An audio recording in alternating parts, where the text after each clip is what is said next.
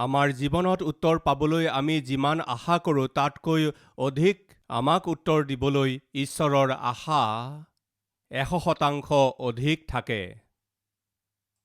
তথাপি আমাৰ জীৱনত যিবোৰ আশীৰ্বাদ আমি পাবলৈ আশা কৰোঁ সেইবোৰ নোপোৱাৰ কাৰণ কি বাৰু? আমি যি উত্তৰ পাব লাগে সেইবোৰ নোপোৱাৰ কাৰণ কি? আমি যি লক্ষ্যত উপনীত হ'ব লাগে তাত উপনীত নোহোৱাৰ কাৰণ কি? আজি এই বিষয়টো আপোনালোকক ক'বলৈ গৈ আছোঁ। আপোনালোকৰ বহুতেই যেনেকুৱা বিজয় আপুনি আশা কৰিছে তেনেকুৱা বিজয় আপুনি পোৱা নাই। যি লক্ষ্যত আপুনি উপনীত হ'ব লাগে তালৈকে আপুনি উপনীত হ'ব পৰা নাই। যি সুফল পাব লাগে আপুনি তাক পোৱা নাই আৰু যলৈকে গৈ পাব লাগে তালৈকে আপুনি গৈ পোৱা নাই। নিৰাশ আৰু হতাশ হৈ জীৱন যাপন কৰিছে। আপুনি ভাবিছে ঈশ্বৰেহে মোক যি দিব লাগে তাক ঈশ্বৰেহে দিয়া নাই এই বুলি আপুনি ভাবিছে, কিন্তু ঈশ্বৰে 100%তকৈও অধিক আপোনাক দিব বিচাৰে। তেন্তে খেলিমেলি ক'ত হৈছে? কিয় বাৰু পলম হৈ আছে? কিয় গৈ পাব পৰা নাই? কিয় গৈ ঢুকি পাব পৰা নাই? মোৰ জীৱনত কিয় মই সফলতা লাভ কৰিব পৰা নাই? এই সকলোবোৰৰ উত্তৰ আমি গণনা পুস্তকৰ 14 অধ্যায়ৰ 11 পদত দেখিবলৈ পাইছোঁ। আহক আমি একেলগে পঢ়োঁ। পাছে জিহুৱাই মোচেক ক'লে, এই লোকবিলাকে কিমান দিন মোক হেয়জ্ঞান কৰিব আৰু এইবিলাকৰ মাজত মই দেখুওৱা আটাইবোৰ চিন দেখিও এইবিলাকে কিমান কাল মোত অবিশ্বাস কৰি থাকিব? ঈশ্বৰে ইয়াত কৈছে কেতিয়ালৈকে? বন্ধুসকল, ঈশ্বৰে ইয়াত কৈছে কেতিয়ালৈকে? বহুবাৰ এই প্ৰশ্ন আপোনাৰ জীৱনতো উৎপন্ন হৈছে। বহুতবাৰ এই কথাটোৱে আপোনাৰ মুখেৰে হয়তো ওলাইছিল। আৰু কেতিয়ালৈকে? তাক আমাৰ ভাষাত আৰু কেতিয়ালৈকে? আৰু কেতিয়ালৈকে? এইদৰে চাকৰি নোহোৱাকৈ মই কষ্ট পাই থাকিম? আৰু কেতিয়ালৈকে? অবিবাহিত হৈ অকলে থাকিব লাগিব? আৰু কেতিয়ালৈকে এই আৰ্থিক সমস্যাবোৰ থাকিব? আৰু কেতিয়ালৈকে এই দুৰাৰোগ্য ৰোগ? আৰু কেতিয়ালৈকে পৰিয়ালত ইমান বাদ বিবাদ? আৰু কেতিয়ালৈকে এই নিন্দা আৰু অপমান? এই প্ৰশ্ন আপোনাৰ জীৱনত আহেনে নাহে? এই কথা আপোনাৰ মুখেৰে বাৰে বাৰে ওলাই নে নোলায়?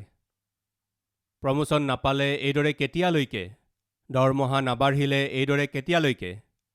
আপোনাৰ সহকৰ্মীয়ে আপোনাক কন্দুৱালে এইদৰে কেতিয়ালৈকে? আপোনাৰ সম্বন্ধীয় লোকে আপোনাক ভুল বুজি আপোনাক দোষী কৰিলে এইদৰে কেতিয়ালৈকে? বহুত পৰিশ্ৰম কৰি বীজ ৰোপণ কৰি ফল নাপালে এইদৰে কেতিয়ালৈকে? আপুনি যিমানেই কষ্ট কৰক, পৰিশ্ৰম কৰক, তাৰ প্ৰতিফল নাপাই জিৰ' লেভেলতে থাকিলে এইদৰে কেতিয়ালৈকে? এইদৰে কেতিয়ালৈকে মোৰ জীৱনত? এই বুলি প্ৰশ্ন আমি সাধাৰণতে কৰোঁ।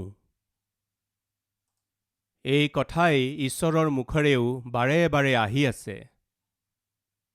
এইদৰে কেতিয়ালৈকে? ঈশ্বৰে ইয়াত কৈছে এইদৰে কেতিয়ালৈকে? ঈশ্বৰৰ সমস্যা আৰু আমাৰ সমস্যা বেলেগ বেলেগ। আমাৰ সমস্যা হৈছে আমি যি ভাবিছিলোঁ সেইদৰে কৰিব পৰা নাই। এইদৰে কেতিয়ালৈকে? এইদৰে যেতিয়া আমি কৈ আছোঁ তেতিয়া ঈশ্বৰে কৈছে এইদৰে কেতিয়ালৈকে? তুমি যি লক্ষ্যত উপনীত হ'ব লাগে তাত উপনীত নহৈ, তুমি যি উন্নতি আৰু সমৃদ্ধি পাব লাগে তাক নাপাই কেতিয়ালৈকে এইদৰে জীয়াই থাকিবা? কেতিয়ালৈকে মোৰ প্ৰতি বিদ্ৰোহ কৰি থাকিবা? আৰু কেতিয়ালৈকে যি অৱস্থাত আগতে আছিল আজিও তাতেই আছে কেতিয়ালৈকে এইদৰে কষ্ট পাই থাকিবা? এই প্ৰশ্নকেই ঈশ্বৰেও কৰি আছে। যি প্ৰশ্ন আপুনি বাৰে বাৰে কৰি আছে ঈশ্বৰে সেই প্ৰশ্নকেই আপোনাক কৰি আছে। আৰু কেতিয়ালৈকে এনেকুৱা জীৱন? আৰু কেতিয়ালৈকে এনেকুৱা অৰ্থহীন জীৱন? আৰু কেতিয়ালৈকে এনেকুৱা দৰিদ্ৰতা? আৰু কেতিয়ালৈকে এনেকুৱা দুৰ্ভগীয়া অৱস্থাত থাকিবা? আৰু কেতিয়ালৈকে এনেকুৱা নিৰাশ আৰু হতাশ স্থিতিত থাকিবা? মই তোমাৰ কাৰণে উত্তম ভৱিষ্যত লুকুৱাই ৰাখিছোঁ। মই তোমাৰ কাৰণে শ্ৰেষ্ঠ জীৱন লুকুৱাই ৰাখিছোঁ। তোমাৰ কাৰণে সকলোবোৰ আশীৰ্বাদ লুকুৱাই ৰাখিছোঁ। সেইবোৰলৈ মন নিদি, সেইবোৰ অনুভৱ নকৰি, সেইবোৰ লাভ নকৰি, সেইবোৰ নোপোৱাকৈ য'ত আপুনি গৈ পাব লাগে তালৈ গৈ নাপায় আৰু কেতিয়ালৈকে এইদৰে কান্দি থাকিব? ঈশ্বৰেও প্ৰশ্ন কৰি আছে। আচলতে কি ঘটনা ঘটিছে? ঈশ্বৰে আজি এইদৰে কিয় কৈ আছে, তুমি কেতিয়ালৈকে এইদৰে কান্দি থাকিবা? আচলতে কি হৈছিল চাওঁ আহকচোন। গণনা পুস্তকৰ 13 অধ্যায় প্ৰথম পদৰ পৰা ঈশ্বৰে কি কৈ আছে চাওঁ আহক। পাছে জিহুৱাই মুচিক ক'লে, মই ইছৰাইলৰ সন্তানবিলাকক যি দেশ দিম, তাক গুপুতে চাবলৈ তুমি কেইজনমান মানুহ পঠোৱা। আপুনি কিবা বুজি পালেনে? মুচি, মই ইছৰাইলৰ সন্তানবিলাকক যিখন দেশ দিম বুলি প্ৰতিজ্ঞা কৰিছিলোঁ, ইছৰাইলৰ লোকসকলৰ কাৰণে যিখন দেশ দিম বুলি প্ৰতিজ্ঞা কৰিছিলোঁ, মুচি, এবাৰ তোমাৰ লোকসকলক গৈ চাই আহিবলৈ কোৱা। মই যিখন দেশ দিবলৈ গৈ আছোঁ সেইখন দেশত গাখীৰ আৰু মৌজোল বয়। যিখন দেশ মই তেওঁলোকক দিবলৈ বিচাৰিছোঁ লুকুৱাই ৰাখিছোঁ, সেই দেশত একোৰেই অভাৱ নাই। সেইখন বৰ ফলৱান দেশ। তোমাৰ লোকসকলক কোৱা যাতে তেওঁলোকে গৈ চাই আহে। এবাৰ গৈ চাই আহিবলৈ কোৱা। এইদৰে ঈশ্বৰে ক'লে। তেতিয়া মুচিয়ে 12টা ফৈদৰ পৰা 12জন প্ৰধান লোকক বাচিলে। চাওঁ আহকচোন। মই ইছৰাইলৰ সন্তানবিলাকক যি দেশ দিম, তাক গুপুতে চাবলৈ তুমি কেইজনমান মানুহ পঠোৱা। তোমালোকে তেওঁবিলাকৰ নিজ নিজ পিতৃবংশৰ এক ফৈদৰ এজন এজন অধ্যক্ষ পঠোৱা। তাতে জিহুৱাৰ আজ্ঞা অনুসাৰে মুচিয়ে পাৰন অৰণ্যৰ পৰা তেওঁবিলাকক পঠালে। তেওঁবিলাক আটাইবিলাক ইছৰাইলৰ সন্তানবিলাকৰ মূল মানুহ আছিল।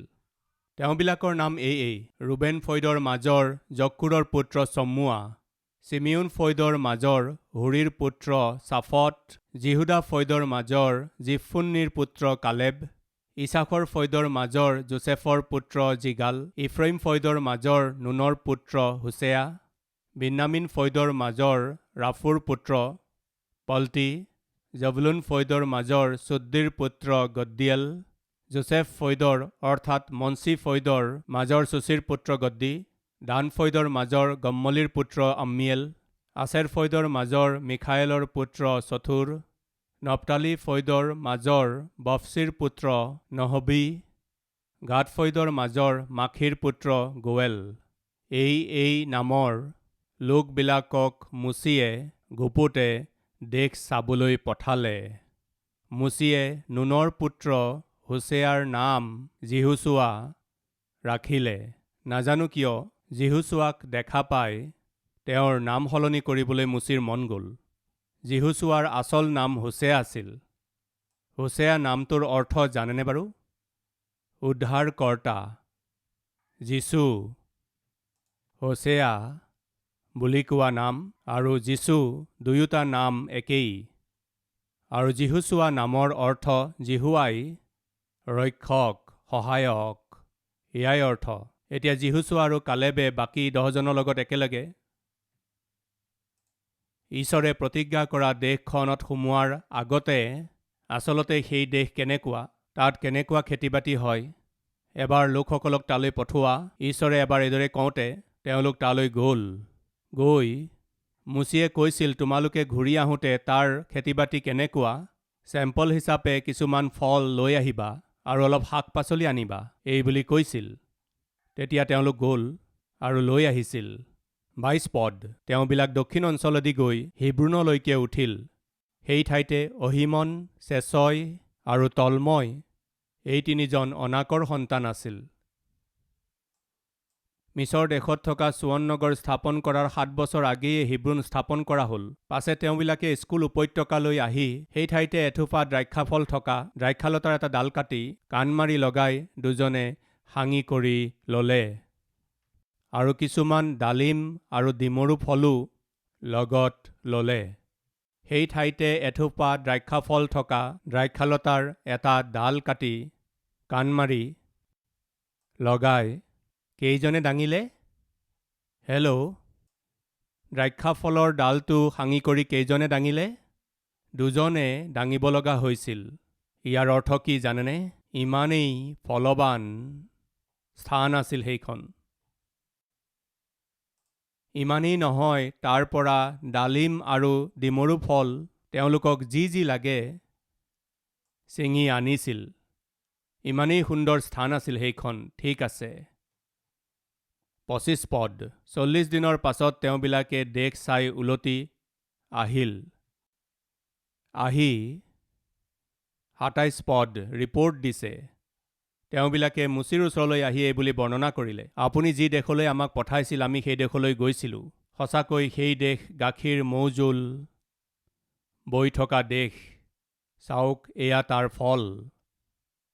এইয়া চাওক, সুন্দৰ। ঈশ্বৰে ইছৰাইলৰ লোকসকলক গাখীৰ মৌজোল বোৱা দেশখন প্ৰতিজ্ঞাৰ দেশ হিচাপে দি দিছিল। মোৰ আৰু আপোনাৰ প্ৰতিও ঈশ্বৰৰ উত্তম চিন্তা আছে, শ্ৰেষ্ঠ উদ্দেশ্য আছে, অদ্ভুত আঁচনি আছে। আপুনি নিৰ্ধনী হ'ব পাৰে বা এটা ভাল অৱস্থাত জন্ম হোৱা লোক হ'ব পাৰে। মুচি এগৰাকী ভাল নেতা আছিল, কিন্তু তেওঁৰ ফৈদ কি আছিল জানেনে? লেবি নামৰ ফৈদৰ লোক মুচি আছিল। আচলতে লেবি কোন আছিল জানেনে? এজন নৰবধী আছিল। জাকুবৰ পুত্ৰকেইজনৰ মাজৰ এজন আছিল। তেওঁৰ কাৰণে জাকুবে বৰ দুখ আৰু ভয়ৰ সন্মুখীন হ'ব লগা হৈছিল। এজন নৰবধীৰ বংশৰ পৰা মুচি আহিছিল। তেওঁ বৰ দীন আৰু হীন আছিল, যি একোৰে যোগ্য নাছিল, যাৰ কোনো মূল্য নাছিল। এনেকুৱা ফৈদৰ পৰা মুচিৰ জন্ম হ'ল। বন্ধুসকল, এই মুচিকেই এজন মহান নেতা হিচাপে ঈশ্বৰে মনোনীত কৰিলে। ইয়াৰ অৰ্থ কি জানেনে? ঈশ্বৰে যেতিয়া আপোনাক মনোনীত কৰে তেতিয়া আপোনাৰ মা কোন, আপোনাৰ দেউতা কোন, তেওঁলোকে কৰা ভুল ভ্ৰান্তিবোৰ কি, তেওঁলোকৰ অৱস্থা কেনেকুৱা, তেওঁলোকৰ জাতি কি, তেওঁলোকৰ পঢ়া শুনা কিমান, তেওঁলোকৰ আত্মিকতা কেনেকুৱা, এইবোৰৰ সৈতে আমাৰ ঈশ্বৰৰ একো কাম নাই। আপুনি যিমানেই দুৰ্ভগীয়া, দুখীয়া, নিৰ্ধনী হওক বা দৰিদ্ৰ হওক, মোৰ ঈশ্বৰে আপোনাক প্ৰেম কৰে। আপোনাৰ বাবে উত্তম আঁচনি তেওঁ ৰাখিছে। য়েছ, যিহুচোৱা ইফ্ৰইম ফৈদৰ আছিল। জিহুদা ফৈদৰ পাছত এটা ভাল খ্যাতি অৰ্জন কৰা ফৈদ। মানে ঈশ্বৰে যিকোনো লোকক মনোনীত কৰিব পাৰে। এটা উত্তম ফৈদত জন্ম হোৱাকো মনোনীত কৰিব পাৰে, বা যিটো ফৈদৰ কোনো গুৰুত্ব নাই সেই ফৈদত জন্ম হোৱাজনকো মনোনীত কৰিব পাৰে। দাউদে কৈছিল, হে ঈশ্বৰ, মইনো কোন আৰু মোৰ বংশও বা কি? তেনেকুৱা এটা পৰিয়ালত জন্ম হোৱা দাউদক ৰজা হিচাপে মনোনীত কৰিলে। গিদিয়ন, হে মহাবীৰ, আহা, তোমাক ঈশ্বৰে মনোনীত কৰিলে বুলি কওঁতে গিদিয়নে কৈছিল, মইনো কোন, মোৰ বংশ, মোৰ ফৈদনো কিহৰ যোগ্য?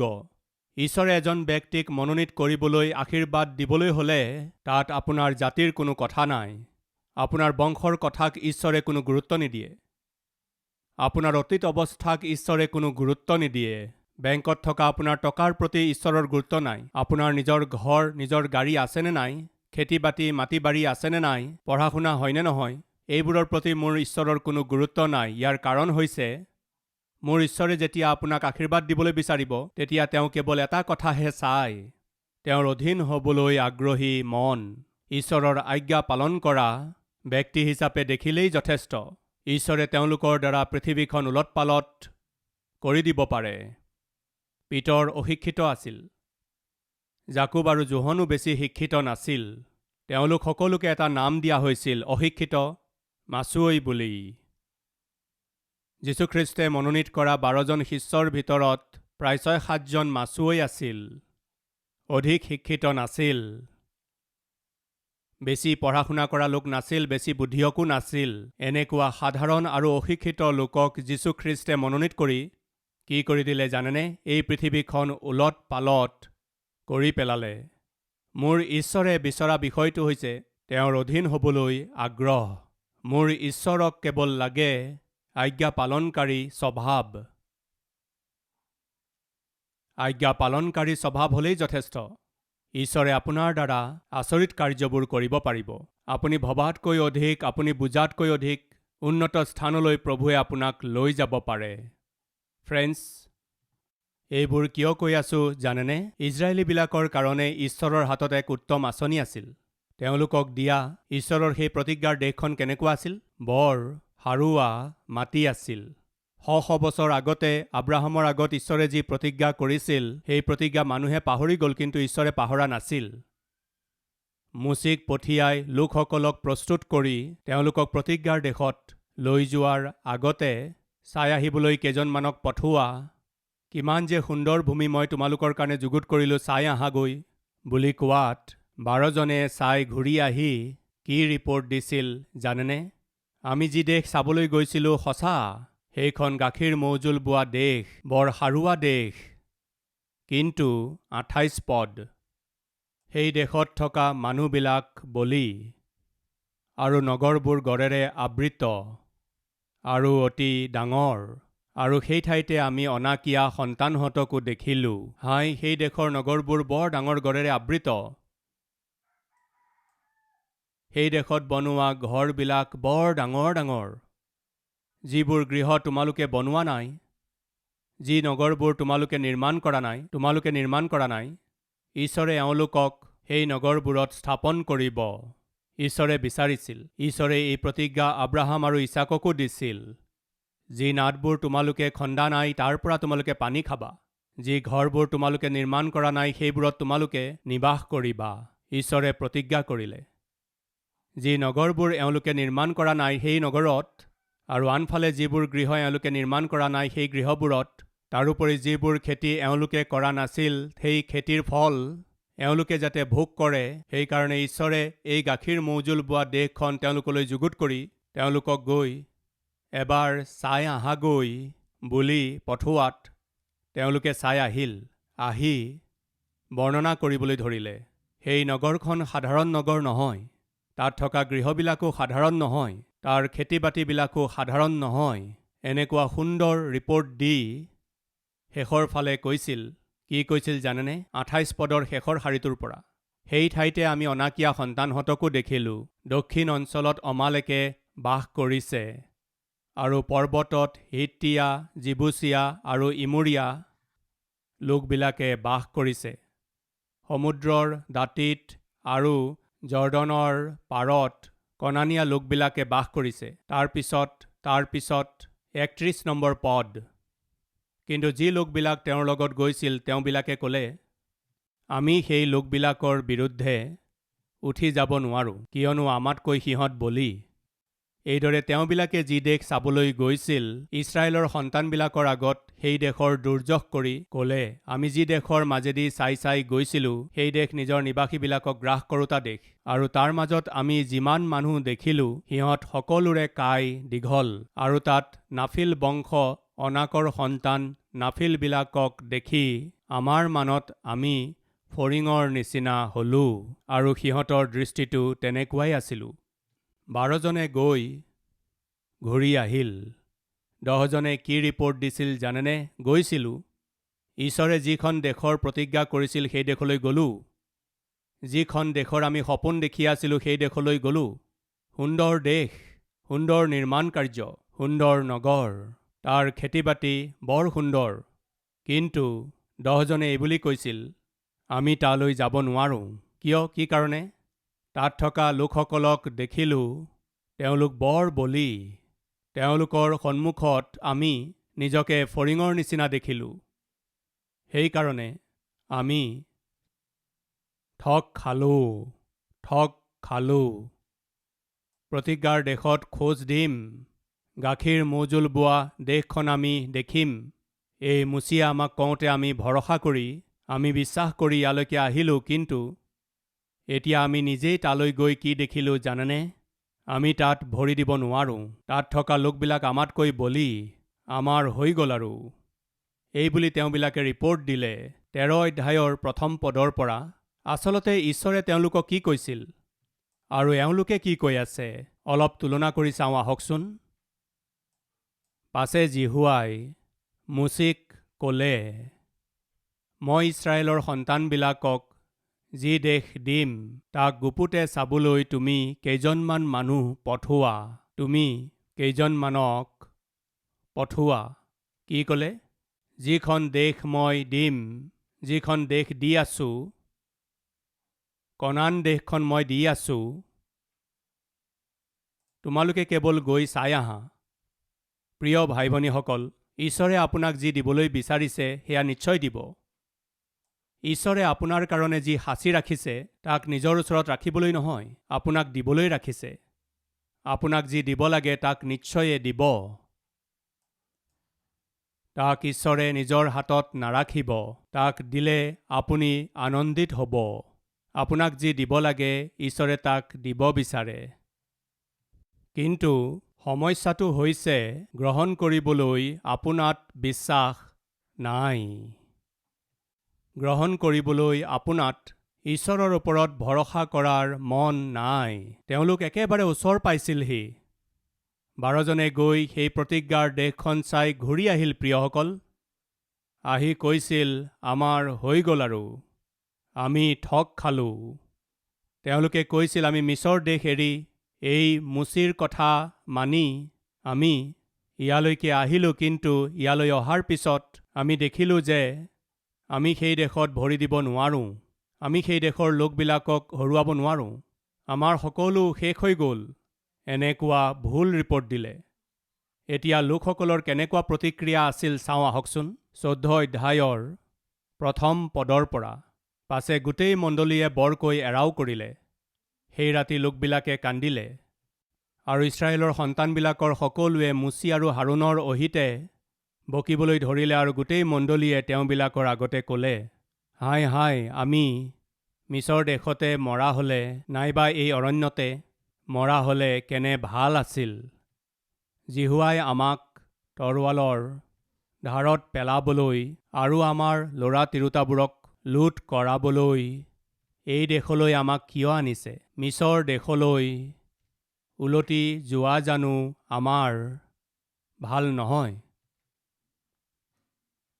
পাছে তেওঁবিলাকে ইজনে সিজনক ক'লে, আমি এজনক প্ৰধান কৰি লৈ মিছৰ দেশলৈ উলটি যাওঁ ব'লা। কি কৈছে এওঁলোকে? গুচি যাম, উলটি গুচি যাম। এই ঈশ্বৰৰ ওপৰত ভৰসা কৰিলে আৰু তেওঁৰ সেৱকসকলৰ ওপৰত ভৰসা কৰাতকৈ দাসত্বৰ জীৱন যাপন কৰাই ভাল। উলটি গুচি যাম। প্ৰিয়সকল, আত্মিক জীৱনত শয়তানৰ বেয়া চিন্তাই ইমান যে সহজতে এই লোকসকলক পিছলৈ টানি নিছে দেখিছেনে? ইছৰাইলী লোকসকলৰ মনটোক উচতাইছে। তেওঁলোকে এটা সিদ্ধান্ত কৰিলে। ঈশ্বৰে যি মুচিক যুগুত কৰি পঠাইছিল, আমাক মিছৰৰ পৰা কনান দেশলৈ আনিম বুলি কৈছিল, এতিয়া আমি আন এজনক নেতা হিচাপে বাচিম। এওঁ এতিয়া আমাক ঈশ্বৰৰ প্ৰতিজ্ঞাৰ দেশৰ পৰা আমাক দাসত্বলৈ লৈ যাব। তেওঁক বাছি ল'ম। কিমান যে দুষ্ট এওঁলোক। এটা প্ৰশ্ন, ইছৰাইলৰ লোকসকলে দেশ চাবলৈ যোৱা 12জনৰ মাজৰ 10জনৰ কথা মানিব নে তেওঁলোকে ঈশ্বৰৰ কথা শুনিব? এওঁলোকে মানুহৰ কথাত ভৰসা কৰিব লাগেনে নে ঈশ্বৰৰ কথাত ভৰসা কৰিব লাগে? তেওঁলোকে 10জনৰ কথা মানি অৰ্থহীনভাৱে মাজতেই অৰণ্যতেই বিনষ্ট হ'ল। ঈশ্বৰৰ কথা মনা হ'লে কিমান ভাল হ'লহেঁতেন। প্ৰিয় ভাই ভনীসকল, ঈশ্বৰৰ কথা মানক, ঈশ্বৰৰ আজ্ঞা মানক। শয়তানৰ কথাৰ ওপৰত ভৰসা নকৰিব। শয়তানৰ লোকসকলৰ কথাত ভৰসা নকৰিব। ঈশ্বৰে আপোনাৰ বাবে এক উত্তম ভৱিষ্যত ৰাখিছে। বিশ্বাস কৰি তাক নিজৰ কৰি লওক।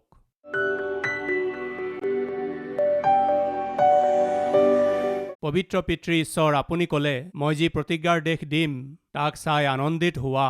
এই বুলি কৈ আপুনি কিমান যে আনন্দিত হৈছিল চাগৈ। কিন্তু তেওঁলোকে তালৈ গৈ তাত থকা লোকসকলক দেখি তেওঁলোকৰ সন্দেহ হ'ল। আপোনাতকৈও তেওঁলোক শক্তিশালী এই বুলি ভাবি পিছুৱাই যোৱাৰ কথা চিন্তা কৰি আপোনাৰ খং উঠালে। অৰণ্যতে বিনষ্ট হ'ল। কিন্তু পিতৃ যিহুছোৱা আৰু কালেব, যাৰ চকু মুকলি আছিল, আপোনাৰ ইচ্ছাক জানিছিল, আপোনাৰ পক্ষত থিয় দিছিল, সেইকাৰণেই অবাধ্যসকলটো অৰণ্যতে বিনষ্ট হ'ল। কিন্তু বাধ্যসকলে খোজ দি আগবাঢ়ি প্ৰতিজ্ঞাৰ দেশত প্ৰৱেশ কৰিবলৈ পালে। পিতৃ, আজিৰ এই দিনত আমাক আগবাঢ়ি যোৱা আত্মিক ব্যক্তি কৰি তোলক। শয়তানৰ শৰীৰৰ সংসাৰৰ আগত শিৰনত নকৰি, অধীন নহৈ, আপোনাৰ অধীন হৈ, আপোনাৰ ইচ্ছাৰ অধীন হৈ, আপোনাৰ প্ৰতি দৃঢ় বিশ্বাসেৰে সৈতে আগবাঢ়ি গৈ বিজয় লাভ কৰি জয়যুক্ত জীৱন আমি যাপন কৰি যি লক্ষ্যত আমি উপনীত হ'ব লাগে গৈ পাই আপোনালৈ মহিমা অনা আত্মিক লোক হিচাপে আমাক গঢ়ি তোলক পিতৃ, যীশুখ্ৰীষ্টৰ নামত মাগিছোঁ, আমেন।